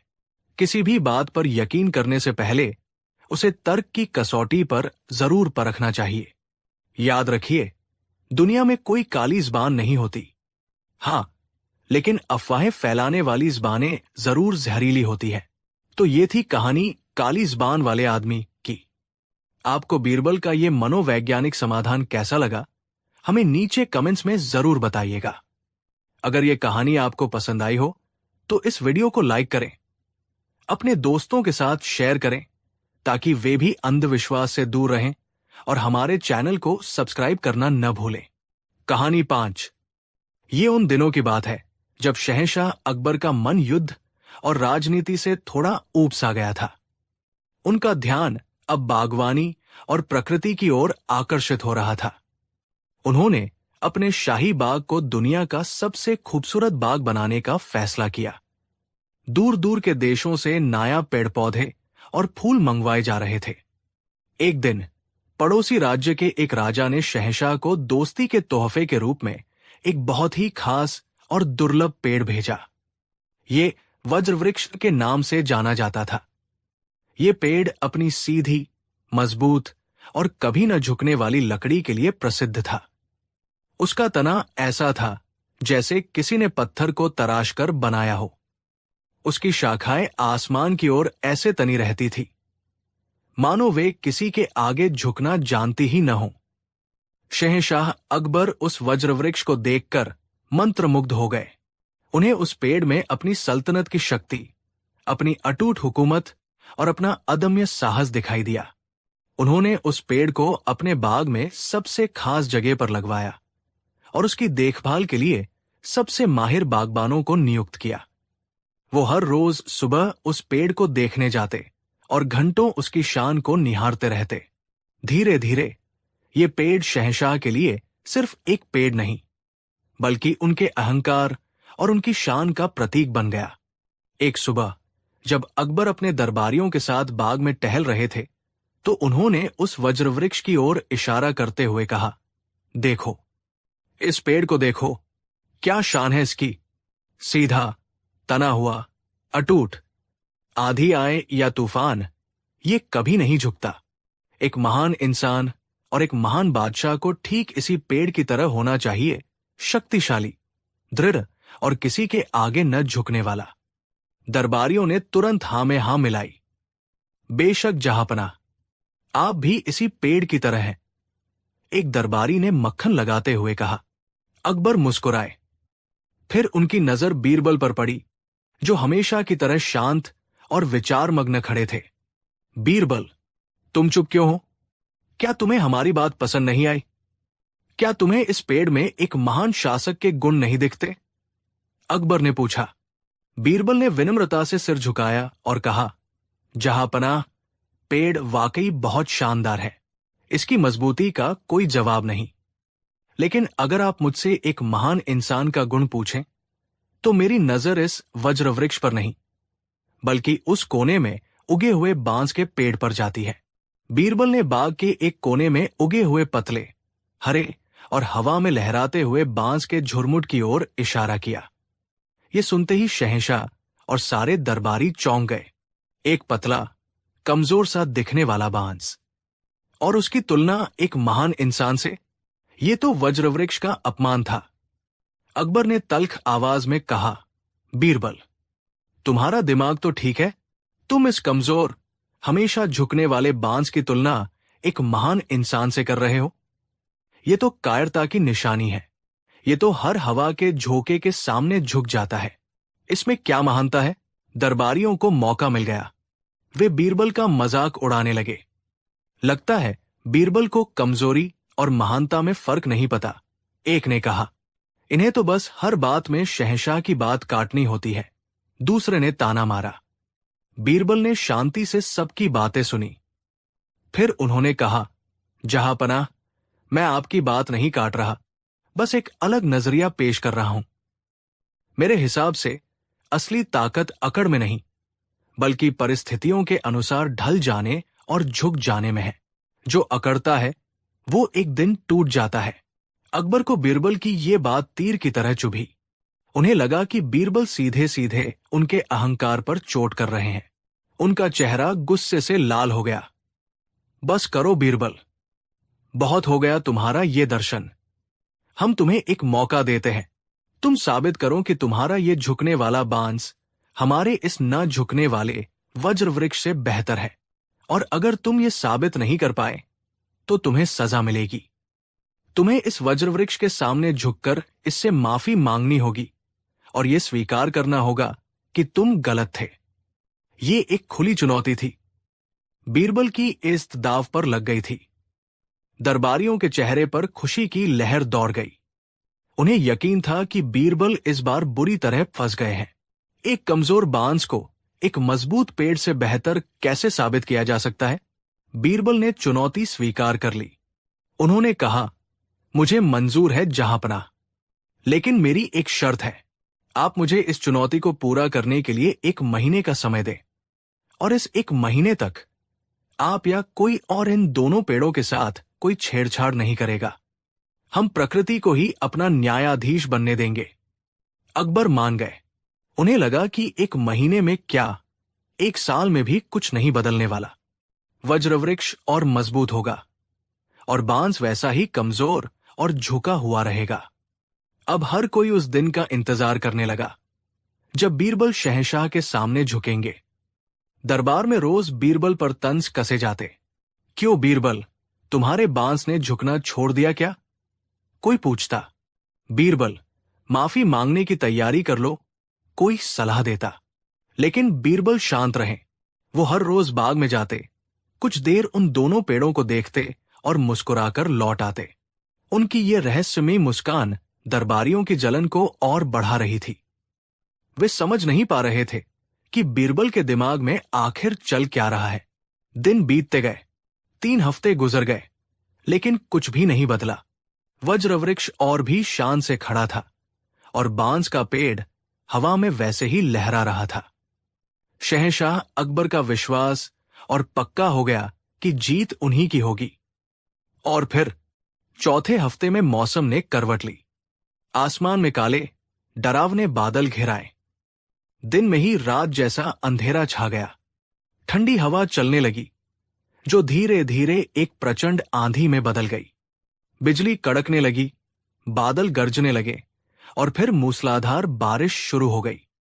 ये कोई आम बारिश नहीं थी, ये एक महातूफान था। ऐसा तूफान जैसा आगरा ने कई सालों में नहीं देखा था। पेड़ उखड़ने लगे, झोपड़ियां उड़ने लगी और शहर में हाहाकार मच गया। शाही बाग में भी तूफान ने कहर बरपाना शुरू कर दिया। शहंशाह अकबर अपने महल की खिड़की से ये विनाशकारी दृश्य देख रहे थे। वो चिंतित थे, लेकिन उनके मन के एक कोने में एक क्रूर सी खुशी भी थी। उन्हें लग रहा था कि आज प्रकृति खुद बीरबल को गलत साबित कर देगी। आज बीरबल का वो कमजोर बांस तो जड़ से उखड़ जाएगा। उन्होंने सोचा, और मेरा वज्र वृक्ष, वो तो तूफान की छाती पर खड़ा होकर हंसेगा। कल सुबह बीरबल की हार निश्चित है। पूरी रात तूफान चलता रहा। ऐसा लग रहा था मानो आसमान धरती से अपना कोई पुराना बदला ले रहा हो। अगली सुबह जब तूफान थमा तो चारों तरफ तबाही का मंजर था। सूरज निकला, लेकिन उसकी रोशनी में एक उदासी थी। शहंशाह अकबर अपने दरबारियों और बीरबल के साथ बाग का मुआयना करने निकले। बाग का हाल बहुत बुरा था। कई छोटे बड़े पेड़ जड़ से उखड़ चुके थे। फूलों की क्यारियां तबाह हो गई थी। सबकी नजरें उन 2 पेड़ों को खोज रही थी जो इस पूरी कहानी के केंद्र में थे। वे सबसे पहले बांस के झुरमुट के पास पहुंचे। दरबारियों के चेहरे पर एक विजयी मुस्कान थी। उन्हें यकीन था कि वहां बांस का नामो निशान भी नहीं मिलेगा। लेकिन वहां का दृश्य देखकर सबकी आंखें फटी की फटी रह गई। बांस का पूरा झुरमुट जमीन पर लेटा हुआ था। तूफान की प्रचंड हवा ने उसे पूरी तरह से जमीन पर झुका दिया था। लेकिन वो टूटा नहीं था। एक भी बांस का तना टूटा नहीं था। वे सब लचीलेपन के कारण झुक गए थे, मानो उन्होंने तूफान के सामने आत्मसमर्पण कर दिया हो। और अब जब तूफान गुजर चुका था तो वे धीरे धीरे, बहुत धीरे धीरे वापस अपनी जगह पर उठने की कोशिश कर रहे थे। वे घायल थे पर जिंदा थे। अब सबकी निगाहें वज्रवृक्ष की ओर उठीं। शहंशाह अकबर का सीना गर्व से चौड़ा था। वो लगभग दौड़ते हुए उस पेड़ की ओर बढ़े, लेकिन वहां जो दृश्य था उसने शहंशाह के पैरों के नीचे से जमीन खिसका दी। वो महान वज्रवृक्ष, वो शान और अकर का प्रतीक, बीच तने से 2 टुकड़ों में टूटकर जमीन पर पड़ा हुआ था। उसने तूफान के सामने झुकने से इनकार कर दिया था। वो अपनी पूरी ताकत से अकड़ कर खड़ा रहा। तूफान ने उसे झुकाने की बहुत कोशिश की, लेकिन जब वो नहीं झुका तो तूफान ने उसे तोड़ दिया। उसकी अकड़ ही उसकी मौत का कारण बन गई। पूरे बाग में एक गहरा सन्नाटा छा गया। शहंशाह अकबर उस टूटे हुए पेड़ को देख रहे थे जो कल तक उनकी शान हुआ करता था और आज जमीन पर निर्जीव पड़ा था। उनका घमंड, उनका अहंकार, सब कुछ उस पेड़ के साथ टूटकर बिखर गया था। अब बीरबल धीरे से शहंशाह के पास आए। उनके चेहरे पर जीत का अहंकार नहीं, बल्कि एक गहरी शांति और विनम्रता थी। उन्होंने बहुत ही कोमल स्वर में कहा, जहां पनाह, अब आप समझे कि मैं बांस को महान क्यों कह रहा था। इस बांस ने तूफान से लड़ाई नहीं की। ये बुद्धिमान था। जब इसने देखा कि सामने की ताकत बहुत ज्यादा है तो ये झुक गया। इसने तूफान को अपने ऊपर से गुजर जाने दिया, और जब खतरा टल गया तो ये फिर से उठ खड़ा हुआ है। ये कुछ दिनों में फिर से पहले की तरह हरा भरा हो जाएगा। फिर उन्होंने टूटे हुए वज्रवृक्ष की ओर इशारा करते हुए कहा, और इस महान वज्रवृक्ष ने अपने घमंड और अपनी अकड़ में झुकने से इनकार कर दिया। इसने अपनी ताकत का प्रदर्शन करना चाहा, लेकिन ये भूल गया कि प्रकृति से बड़ा कोई नहीं होता। नतीजा, ये टूट गया। इसकी अकड़ ने ही इसे नष्ट कर दिया। बीरबल ने अपनी बात समाप्त करते हुए कहा, जहांपनाह, जीवन भी एक तूफान की तरह ही है। इसमें मुश्किलें और चुनौतियां आती रहती हैं। एक महान इंसान या एक महान शासक वो नहीं जो हमेशा अकड़ कर खड़ा रहे, बल्कि वह है जो समय और परिस्थिति को समझे, जो जरूरत पड़ने पर झुकना जानता हो, जो विनम्रता को अपना हथियार बना ले। क्योंकि झुकना कायरता नहीं, बल्कि समझदारी है। जो झुकता है वही लंबे समय तक टिका रहता है। जो अकड़ता है वो टूट जाता है। शहंशाह अकबर की आंखों में आंसू थे। आज उन्हें अपनी जिंदगी का सबसे बड़ा सबक मिला था। उन्हें समझ आ गया था कि बीरबल उन्हें झुकाना नहीं, बल्कि उन्हें एक बेहतर इंसान बनाना चाहते थे। उन्होंने आगे बढ़कर बीरबल को गले लगा लिया और भरे दरबार के सामने कहा, बीरबल, आज तुमने मुझे नहीं, मेरे अहंकार को हराया है। तुम सही थे। असली ताकत झुकने में ही है। आज से ये बांस का पेड़ मेरे लिए सबसे बड़ा गुरु होगा। दोस्तों, ये कहानी हमें सिखाती है कि विनम्रता कमजोरी की नहीं, बल्कि असली ताकत और गहरी समझदारी की निशानी है। जैसे बांस का पेड़ आंधी में झुककर खुद को बचा लेता है, वैसे ही जीवन की मुश्किलों में थोड़ा सा झुक जाना, थोड़ा सा ढल जाना हमें टूटने से बचाता है। अहंकार और अकड़ हमें क्षणिक रूप से शक्तिशाली महसूस करा सकते हैं, लेकिन अंत में वे हमारे विनाश का कारण बनते हैं। असली जीत लड़ने में नहीं, बल्कि मुश्किल समय को शांति और समझदारी से गुजर जाने देने में है। तो ये थी कहानी बांस के पेड़ की, और बीरबल को झुकाने की उस नाकाम कोशिश की, जिसने अंत में सबको एक अमूल्य सबक सिखाया। आपको इस कहानी से क्या सीख मिली, हमें नीचे कमेंट्स में जरूर बताइएगा। अगर यह प्रेरणादायक कहानी आपके दिल को छू गई हो तो इस वीडियो को लाइक करें, अपने दोस्तों के साथ शेयर करें, ताकि वे भी विनम्रता की ताकत को समझ सकें, और हमारे चैनल को सब्सक्राइब करना न भूलें। धन्यवाद। कहानी 6। यह कहानी उस दौर की है जब बीरबल की शोहरत आसमान छू रही थी। शहंशाह अकबर उन पर आंख मूंद कर भरोसा करते थे। सल्तनत का कोई भी बड़ा फैसला बीरबल की सलाह के बिना नहीं लिया जाता था। बीरबल की ये बढ़ती हुई ताकत और इस दरबार के एक गुट को जहर की तरह लग रही थी। इस गुट का सरगना था मुल्ला दो प्याजा। मुल्ला दो प्याजा खुद को बीरबल के बराबर का बुद्धिमान समझता था, लेकिन हर बार उसे बीरबल के सामने मुंह की खानी पड़ती थी। उसके साथ कुछ और दरबारी भी थे, जैसे हकीम मंसूर और ज़मान बेग, जो बीरबल की कामयाबी से जलकर राख हुए जा रहे थे। उन्होंने कई बार बीरबल को नीचा दिखाने की कोशिश की, लेकिन हर बार उनका दाव उल्टा पड़ जाता था। एक रात ये तीनों दरबारी एक गुप्त बैठक के लिए मुल्ला दो प्याजा की हवेली में इकट्ठे हुए। अब बहुत हो गया, मुल्ला ने गुस्से में मेज पर मुक्का मारते हुए कहा, जब तक ये बीरबल शहंशाह की आंखों का तारा बना रहेगा, हमारी कोई इज्जत नहीं होगी। हमें कुछ ऐसा करना होगा जो उसे जड़ से उखाड़ फेंके।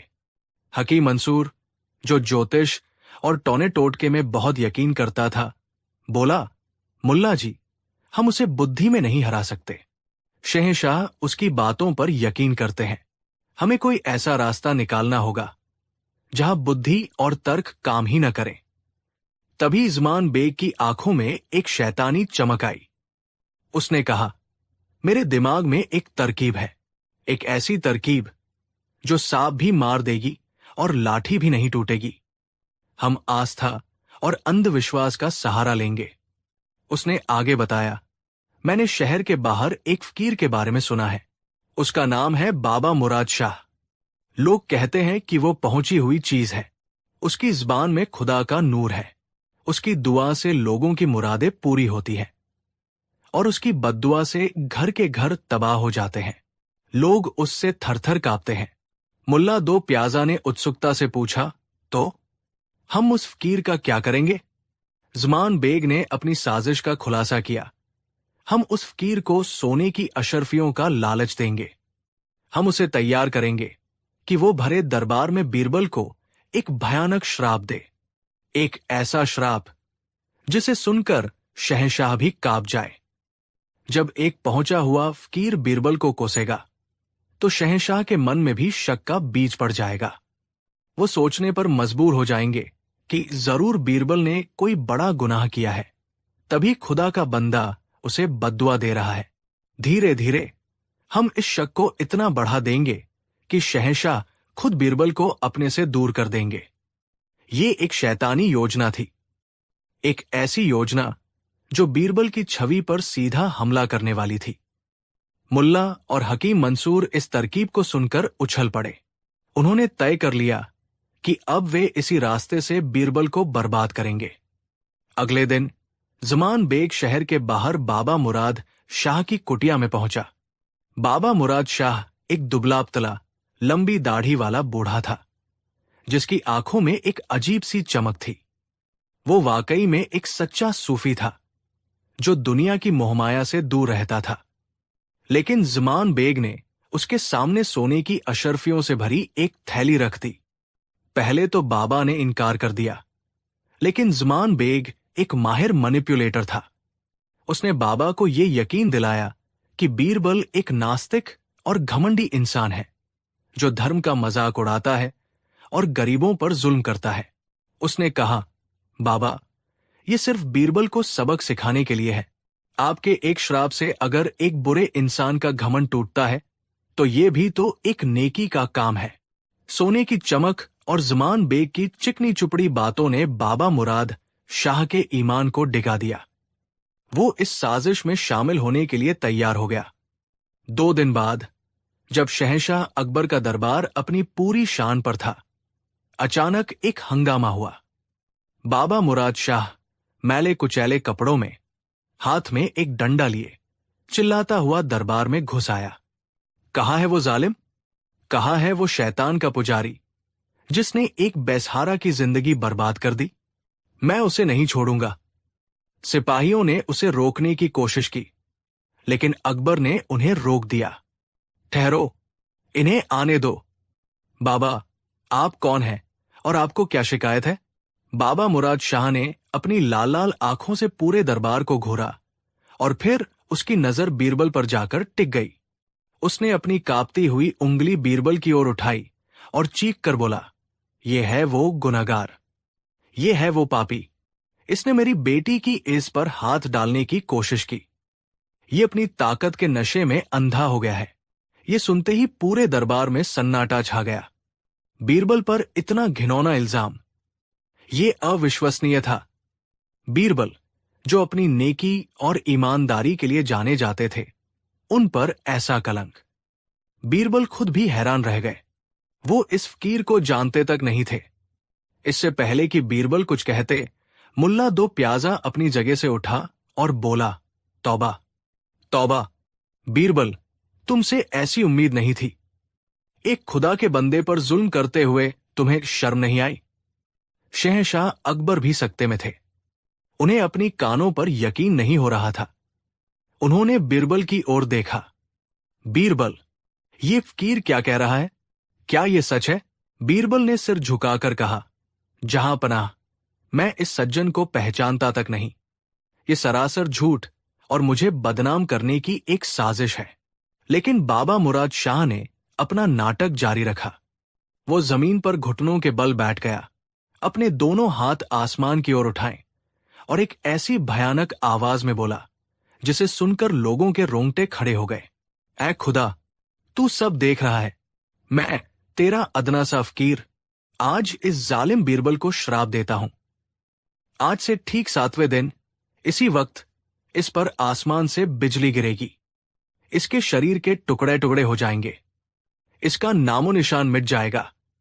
ये मेरे श्राप का असर है जो कभी खाली नहीं जाता। ये कहकर बाबा मुराद शाह बेहोश होने का नाटक करके जमीन पर गिर पड़ा। दरबार में जैसे भूचाल आ गया।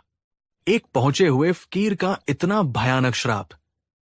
भले ही लोग बीरबल की इज्जत करते थे, लेकिन अंधविश्वास और डर उनके दिलों में भी था। शहंशाह अकबर का चेहरा भी पीला पड़ गया। वो विज्ञान और तर्क को मानते थे, लेकिन एक फकीर की बद्दुआ का खौफ उनके मन में भी कहीं न कहीं बैठ गया।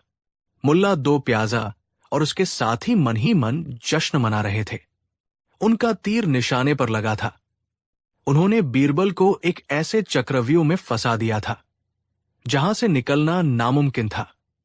उस दिन के बाद दरबार का माहौल पूरी तरह बदल गया। लोग बीरबल से कतराने लगे।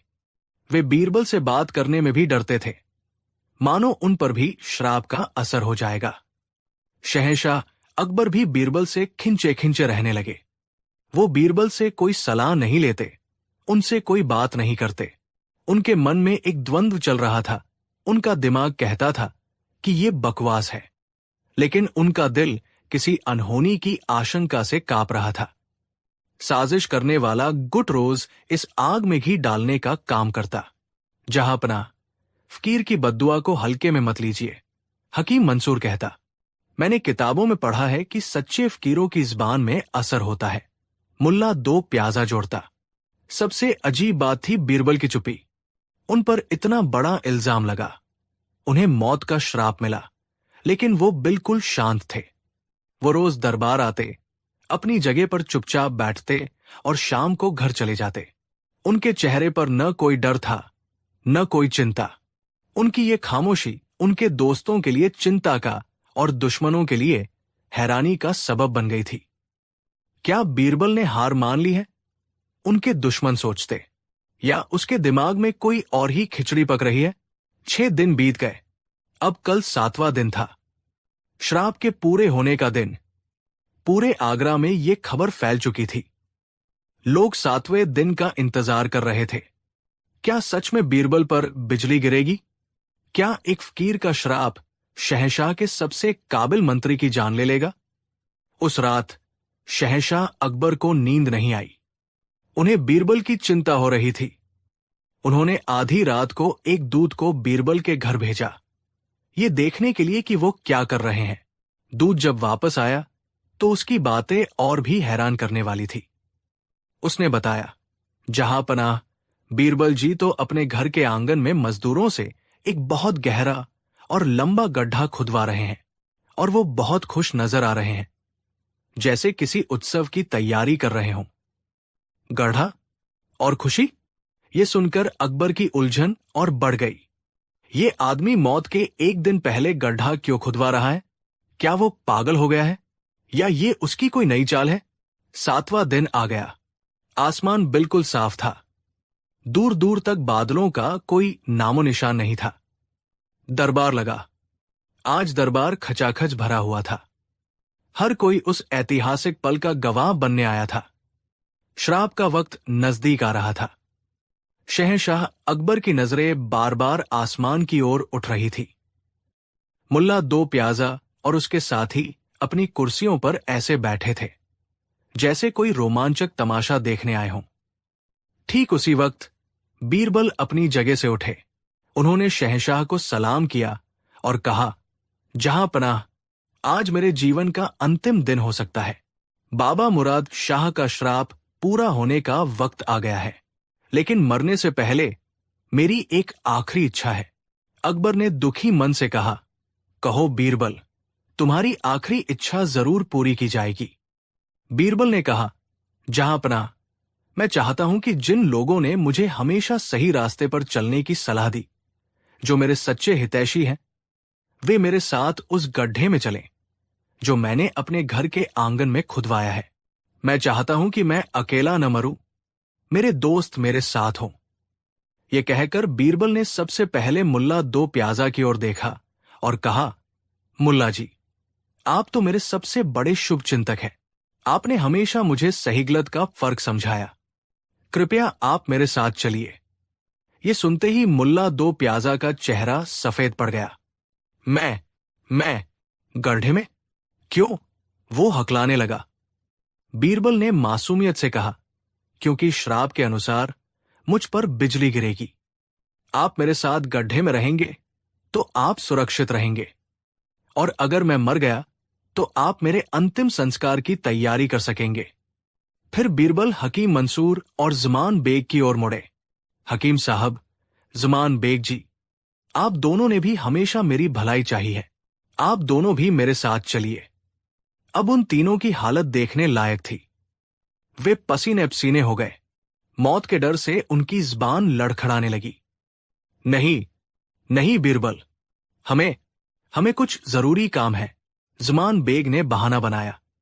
हाँ, मेरी तबीयत भी कुछ ठीक नहीं लग रही, हकीम मंसूर ने कहा। उनका डर उनके चेहरों पर साफ लिखा था। वे जानते थे कि कोई बिजली नहीं गिरने वाली, क्योंकि पूरा श्राप ही झूठा था। लेकिन वे ये बात मान भी नहीं सकते थे। अब बीरबल ने अपना असली दाव चला। वो सीधे उस फकीर बाबा मुराद शाह के पास गए, जिसे आज के तमाशे के लिए बुलाया गया था। बीरबल ने उसके आगे हाथ जोड़कर कहा, बाबा, आप तो खुदा के बंदे हैं। आप तो सबसे पवित्र आत्मा है। आप तो जानते हैं कि क्या होने वाला है। मैं चाहता हूं कि आप मेरे सबसे करीब रहें, उस गड्ढे में मेरे सिर के ठीक ऊपर खड़े रहें, ताकि जब मुझ पर बिजली गिरे तो मेरी आत्मा को शांति मिले और वो सीधे जन्नत जाए। एक संत का साथ किसे नसीब होता है। ये बीरबल का महाप्रहार था। बाबा मुराद शाह कांप उठा। उसे गड्ढे में बीरबल के ऊपर खड़ा होना था। अगर उसे पता था कि ऐसा नहीं होगा, सच में बिजली गिर गई, तो सबसे पहले वही मरेगा। उसका सारा नाटक, उसकी सारी टीएचएनएच एक पल में धरी की धरी रह गई। वो जमीन पर गिर पड़ा और बीरबल के पैर पकड़कर रोने लगा। मुझे माफ कर दो, मुझसे बहुत बड़ा गुनाह हो गया है, कोई बिजली नहीं गिरेगी, ये सब झूठ है, ये एक साजिश है। और फिर उसने मुल्ला दो प्याजा, हकीम मंसूर और ज़मान बेग की ओर इशारा करते हुए कहा, इन लोगों ने मुझे सोने की अशर्फिया देकर तुमसे ये सब कहने के लिए मजबूर किया था। एक पल में पूरी बाजी पलट गई। दरबार में जैसे भूचाल आ गया। साजिशकर्ताओं के चेहरे देखने लायक थे। उनका रंग उड़ चुका था, जैसे किसी ने उनके शरीर से सारा खून निचोड़ लिया हो।